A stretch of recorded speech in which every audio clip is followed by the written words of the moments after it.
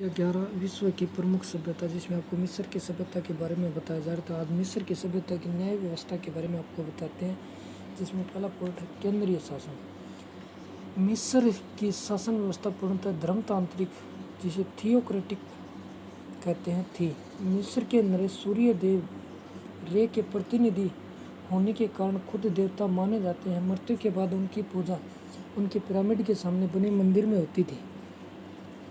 सिद्धांतः pharaoh राज्य का सर्वस्व होता था। राज्य का जो सबसे ऊंचा अधिकारी होता था वो क्या होता था? फरोह। वह राजा देख सर्वोच्च सेनापति, सर्वोच्च पुजारी और सर्वोच्च न्यायाधीश भी होता था। इस प्रकार वे निरंकुश सत्ताधारी थे, परंतु उन्हें परंपराओं का पालन करना पड़ता था। प्रशासनिक कार्यों में सलाह के लिए सरू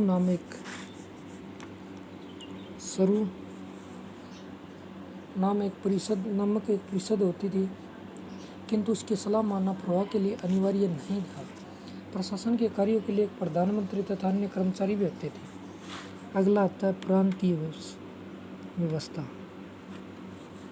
प्रांतीय व्यवस्था प्रशासकीय सुविधा के लिए मिस्र लगभग 40 प्रांतों में विभाजित था। कितने प्रांतों में? 40 प्रांतों में विभाजित था। प्रांत को नोम तथा प्रांतीय अधिकारी को नोमेन या नोमार्क कहते थे। नोमेन या नोमार्क कहते थे। इसकी नियुक्ति फरोह करता था।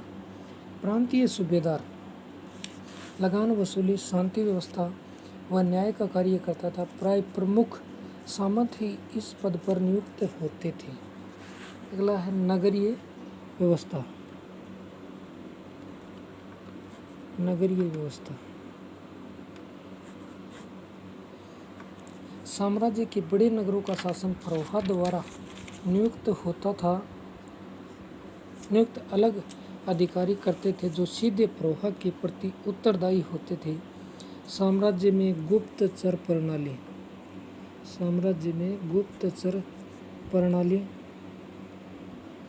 थी, जो राजा तक दैनिक सूचनाएं पहुंचाती थी। अब देखो, नगरीय शासन व्यवस्था के अंदर साम्राज्य के बड़े नगरों का शासन, साम्राज्य के जो बड़े बड़े नगर थे उनका शासन फरोह द्वारा नियुक्त अलग अधिकारी करते थे, जो सीधे तौर पर फरोह के प्रति उत्तरदायी होते थे। मिस्र के साम्राज्य में गुप्तचर प्रणाली भी थी, जो राजा तक रोजमर्रा या दैनिक सूचनाएं पहुंचाती थी।